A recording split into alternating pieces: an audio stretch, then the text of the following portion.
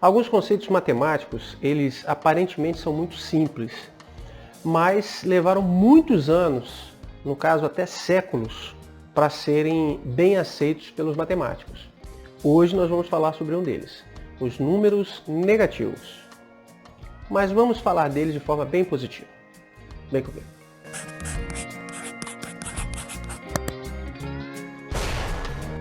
Enquanto você aprecia essa história sobre os números negativos, eu peço a você que deixe aí um like positivo, que é para fortalecer o canal.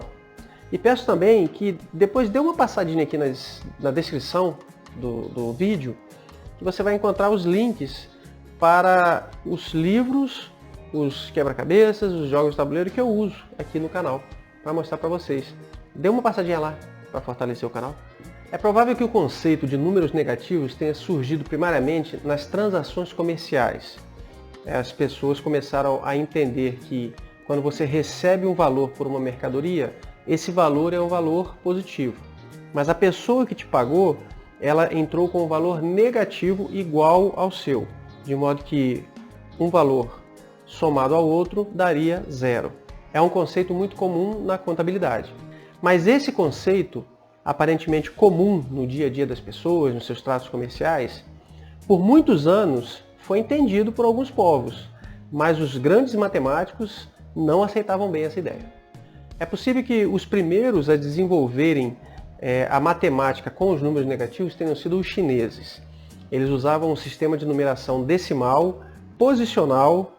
Se vocês quiserem ver mais sobre números decimais posicionais ou outros sistemas numéricos, eu vou deixar aqui nos cards o link para alguns desses vídeos que eu já fiz falando sobre o assunto. Os chineses usavam um sistema numérico que usava varetas. Eles tinham um conjunto de varetas para cada posição numérica, o zero seria o vazio, e alternavam nas suas posições verticais e horizontais para não haver confusão na posição numérica.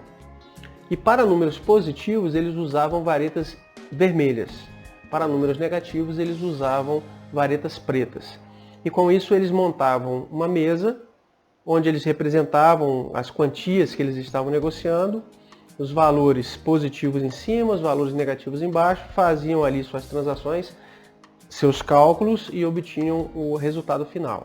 Existem até documentos históricos mostrando como que os chineses faziam essas operações matemáticas com números negativos.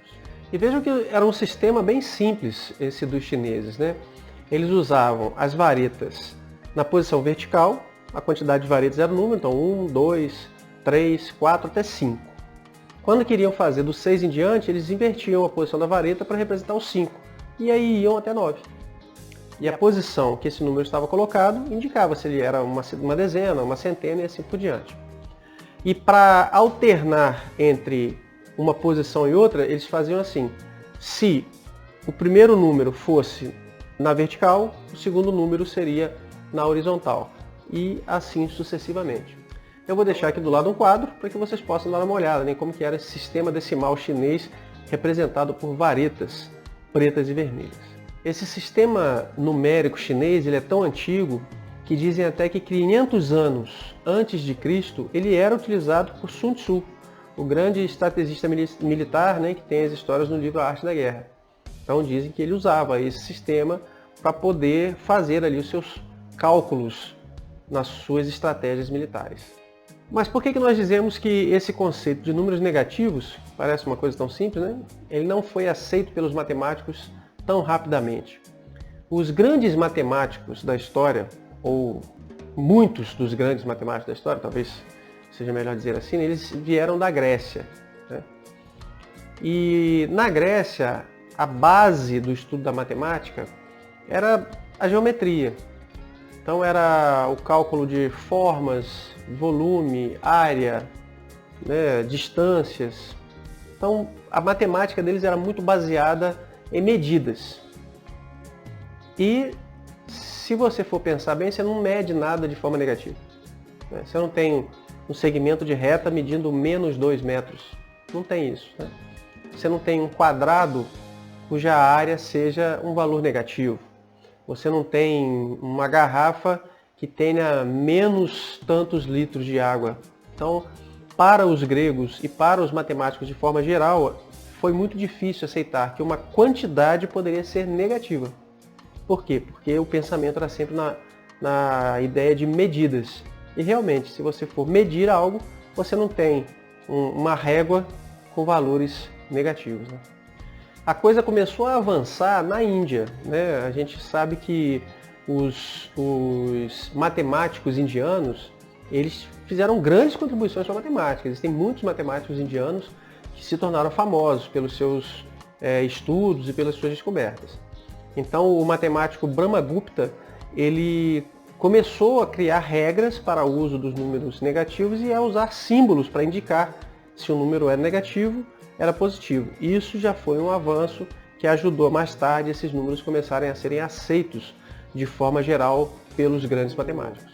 Por volta do século XVI, o matemático Gerolamo Cardano, ele, ao fazer cálculos envolvendo raízes quadradas, equações quadráticas, né, ele admitia que poderiam haver números negativos como raízes das equações.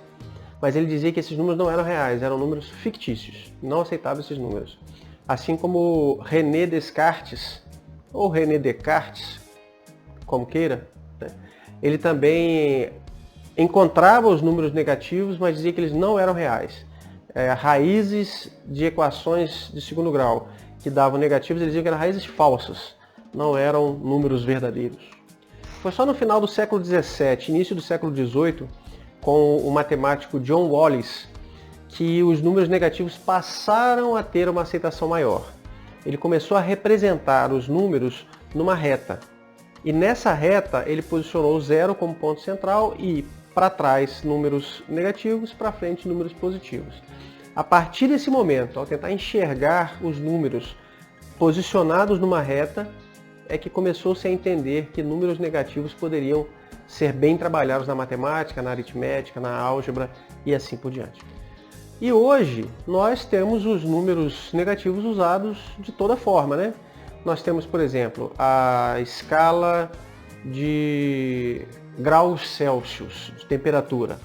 Ela tem como referência a temperatura da água, onde de 0 para baixo, né, o 0 é onde a água congela, e de 0 para baixo são graus negativos.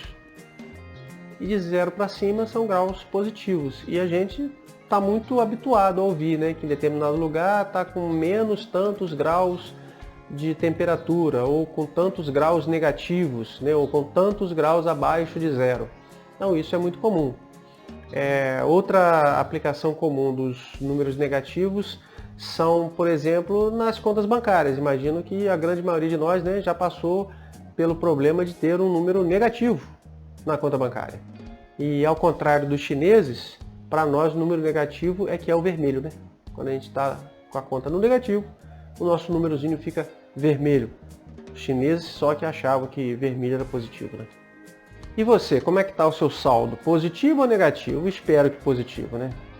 Se não, pelo menos que a nossa atitude esteja positiva. Por isso que eu peço para você deixar seu like, se inscrever no canal, ligar o sininho, divulgar para os seus amigos, né?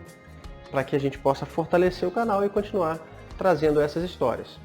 E também não podemos esquecer que aqui na descrição vai estar o link para o site, né, onde vocês podem encontrar os livros de matemática, os quebra-cabeças, os jogos de tabuleiro, para poder fortalecer mais ainda aqui o canal. Um abraço e até a próxima.